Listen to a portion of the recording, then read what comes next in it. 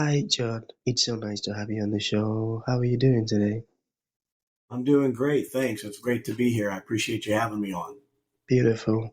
And like I mentioned earlier, thank you so very much for honoring the invite. It means a whole lot. So, Well, thank you. yeah. So, John, I am quite excited to have you on the show for some reasons. All right. Firstly, my interest in knowledge seeking, because I believe in order to transition from a chaotic situation to that of a beautiful one, it takes the application of knowledge, quality information. And you see, John, ever since I discovered that light in the Hebrew means knowledge and darkness means ignorance, I've been so keen to knowledge seeking because I don't want to remain in the dark. So that's going to make our conversation here today very, very important to me and even to the audience. Now, the second reason is for the sake of the audience. I believe there are some things that John knows that some of the listeners needs to hear you say these stuffs, directly from your mouth in order for them to experience transformation and even get unstuck. I firmly believe that. And lastly, I am convinced that I'm definitely going to learn one or two things from John, you know, your insights, your experiences, your story. So for that reason, John, let's get started with your introduction. Talk to us about your journey, how you got here. And afterwards, I've gotten some beautiful questions for you. Okay, John, Okay. over to you. Well, I think my journey is, obviously authoring the book, and this was a long time journey of mine that I wanted to do. But I was asked by my instructor when I was like 19 to take over an intramural program at a college that's doing martial arts, right? And, I thought, okay, I'm competing. I want to do that. And it was interesting to me because at that point here, I'm at 19 years old. And I have people telling me, hey, man, you're really helping me. You're helping me with my anxiety. You're helping me with my goals. You're helping me with a purpose. And to me, that's not even translating yet because I'm still the physical guy. Let's just make a really good team that goes out there and wins tournaments. And so I always say I kind of fell into this career. And at that point, I was doing another profession in labor negotiations. And that later on, I would say not at 19, but later on in life, and that's what I was going to college for. But it kind of it fell to that, and it was this empowerment. And I think especially with younger kids, with adults, there is a structure, there's an environment, there's mentoring, and it taught me in life at this point through martial arts that everything that you want in life is attainable if you have the right mentor and a structured system on how to understand how to achieve those steps. And the book was, now I've been teaching 42 years. Fast forward, way fast, right? 19 to now 62. And I released this book last year. And what I wanted to do was like, how can I take that message that I'm doing in my academies inside these four walls and communicate that, especially to the younger people, but even to the adults? How can I can communicate the benefits of confidence, self-esteem, goal setting, perseverance, resilience, because everything's not going to go right. There are going to be problems. And how can I do that? And beyond the four walls, because I can't impact everybody. I wish everybody was at my school, but that's not going to happen. That's not a reality. So I wanted just to expand that case, and that's kind of where the book came into play. So, I've had all of these years of competing myself, listening to life coaches, in addition to physical coaches, and then helping people along those ways as well. So to me, this was a way for me to communicate and close that gap to a broader audience. Amazing. I love that. You mentioned some very important words like communicating the benefit. How can you communicate the benefit? And that tells me that you are a great man with a good heart because not many people who's got solution to some certain problems would be so concerned about other people getting that solution. I tell you, And you see, confidence is something that most people struggle with. So getting to listen to someone now who's got the solution on how to develop that confidence in us, and you mentioned resilience and all of those stuffs, Yes. very important one.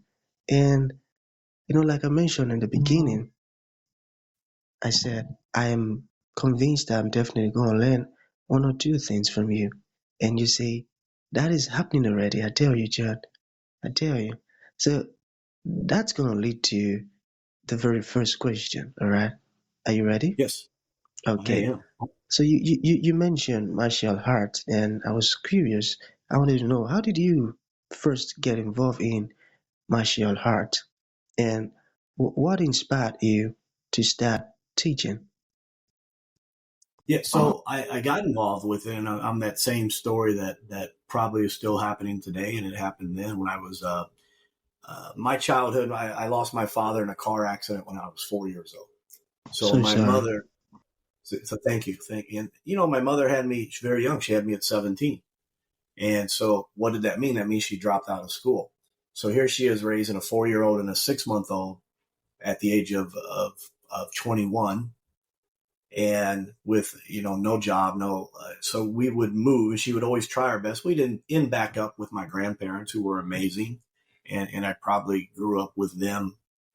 Probably, my childhood is living at my grandparents' house, right? Because that's, mom would try, but we'd always end up back because she couldn't make the means to do that. So in that process, I went by third grade, I was in four different grade schools, because we would move, then we'd move back, then we'd move, then we'd move somewhere else, then we would move.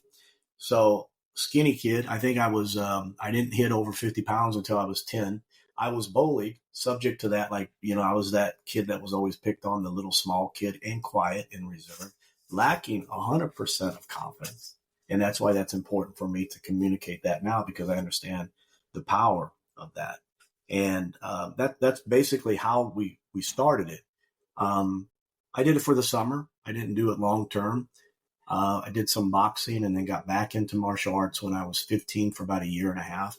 At that point, I always joke, tongue in cheek, that my instructor that I had at 15 made John Kreese from the Karate Kid look like a nice guy. He just wasn't a good person. And if you're struggling with self-esteem, the last thing you need is an instructor that calls you an idiot, tells you you're wrong, tells you you're terrible. And that was my coach. That was my instructor. And I had that for about a year and a half. And for whatever reason, I was still always attracted to it. So then I ended up in a community college, 19 years old, fast forward, and I get involved in that. And then the instructor who runs the school from the main school, that was an intramural program, off satellite type thing, asked me to take it over. And that's how I got into the teaching part. So he saw something in me that I didn't know I had in myself. Oh, I got that. I got that. That was quite interesting, I tell you. And here you are today, helping folks build that confidence. And I feel like you are someone that many people who are struggling with confidence will be able to relate so well with, because you were once there. I got that. So Yes. Yeah. let us talk about your book for a moment. The particular book you said you released, when was that? Was it last year or when? Yeah, it was last October, and I Okay. started. I told myself I wanted to write this book 20 years ago, and I have a 20 and a 21-year-old, so that right there goes to show you why I kind of took a back burner, right? Plus, I wasn't certain how I wanted to, what message did I want to do, and I still compete in martial arts even at my age, and I got injured last year or the year before that, and I want to say that was March or May, and I got injured, and I had 4 months where I had knee, not knee surgery, but treatments to my knees, and I couldn't do anything for 4 months. So I'm like, you know what? I'm going to finish that book I started 20 years ago. So I sat down, did the outline, and I started just going to work again. And I'm like, and the funny thing about it is that book is not one thing that was on that outline. Not one thought that I had 20 years ago did I have that same thought. I'm like, I wouldn't say that now. I wouldn't do that. That's not how I look at confidence. I look at that. To me, again, it was when I writing the book, I wanted to have a message for, and this is not pretentious in any way, shape, or form. I wanted to be the person that I needed when I was 9. How can I communicate that in this book and be that person? Because sometimes at that point, I had people that loved me and cared about me, but nobody was a mentor to me. Nobody was sitting down and having talks to me about life. I had great parents. My mom's, oh, you could do anything you want to do. But there was no substance to that other than mom thinks you're beautiful. Mom thinks you're great. Mom thinks you're wonderful, right? Well, all of our mothers do. But there was no real substance. And I think later on in life, all that substance started to come together. And that was the whole purpose of the book. How can I take that now? And is there some 9-year-old that's in my position that doesn't have that mentor, doesn't have that coach? Maybe he's not athletic and fits on a team, so he doesn't get a coach. Because I think today in sports, when I was coming up, you could do recreational sports. Today, if you're not willing to commit to a sport and be a competitor, athlete for 12 months on baseball, you're not going to make the team. The teams, it's sadly enough that you can't get out there and find if you have a gift or a skill or a set. And when you lack that, you lack coaching, mentors, and direction. Amazing, I got that. So I wanted to ask, what is the title of your book, and Yep. why did you choose that particular title? Because I think that's a great question. I appreciate that. Embrace your awesome. And I think we all have some potential in us that if you were to sit with a 4 and 5-year-old and you ask them what they want to do in life, I'm going to go to the moon. I'm going to be the president of the United States. I'm going to do this.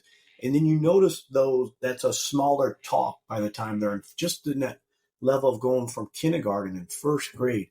It's a smaller talk by the time they're in 5th and 6th and 7th. Well, I don't know. I might do this. I might do that. And I truly believe you have those big dreams. And then what happens is all those kids in 1st, 2nd, 3rd, 4th, 5th start buzz killing you and making fun of you for having those dreams. And I feel like there's so much potential in all of us, but we allow other people's voices to overrule our voice and take that dream away from us. So I wanted to say, embrace your awesome. You have potential in you that we need to unlock. And you can do that and you can live that life that you want. You can have that life that you want, but you have to understand the value that's in you as a person. And that's, I'm like, a great title for that. I tell you, amazing. I got that. I believe everyone's got the potential, all right? And the problem is they get into belief that they have the potential, and Yes. they get into understand that they are valuable. Like you mentioned, that they have to discover the value and all. Amazing, I got that. So we have 2 more questions to go. Sure, So absolutely. why do you think confidence and self-esteem are so important for children?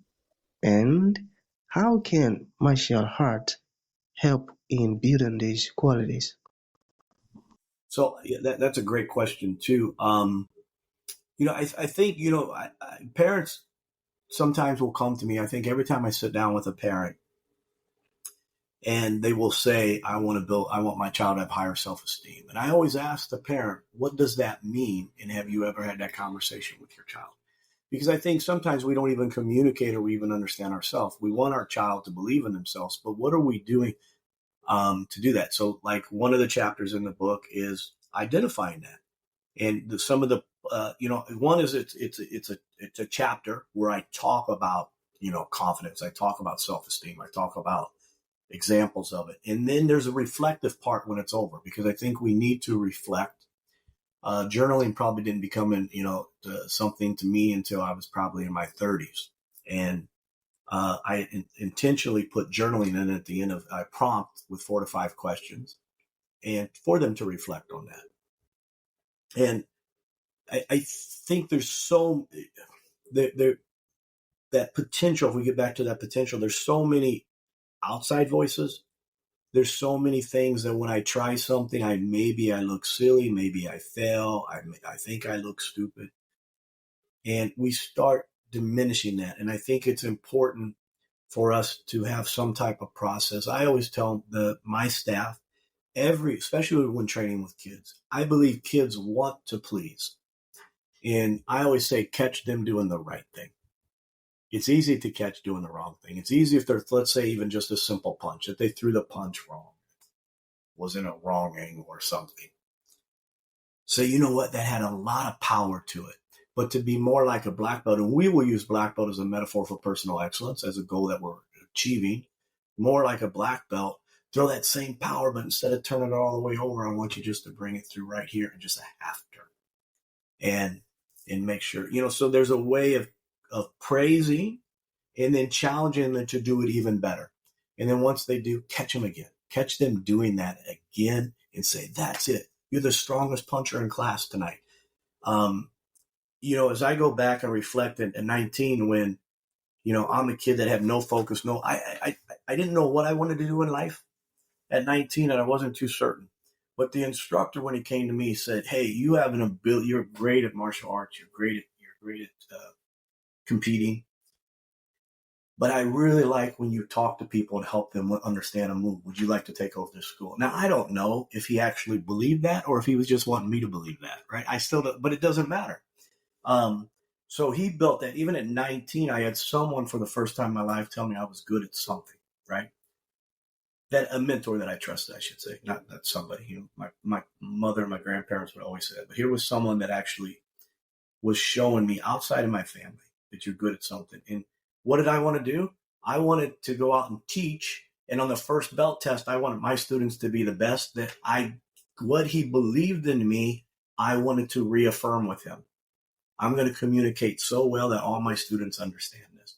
So I think about me at 19. Now, if I had that same conversation at 9, maybe I would have got to the point. I feel like I have a very successful businesses. I have a very successful family, healthy and everything. But could I have achieved this earlier in life if we would advance forward that knowledge 10 years earlier?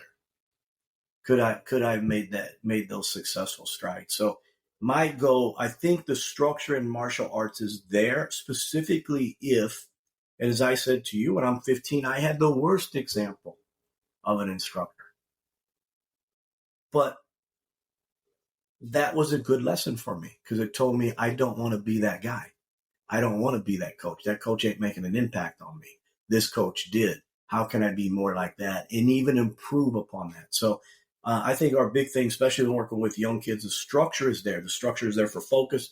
The structure is there. 1, 2, 3, lock it up. Eyes like a laser beam, ears like a radar. So I think any structured activity. Now, if you're an athlete, you might be able to get that same thing in football. You might be able to get that same thing in wrestling, baseball, whatever that sport is. But I think that kids need to be attracted to an activity.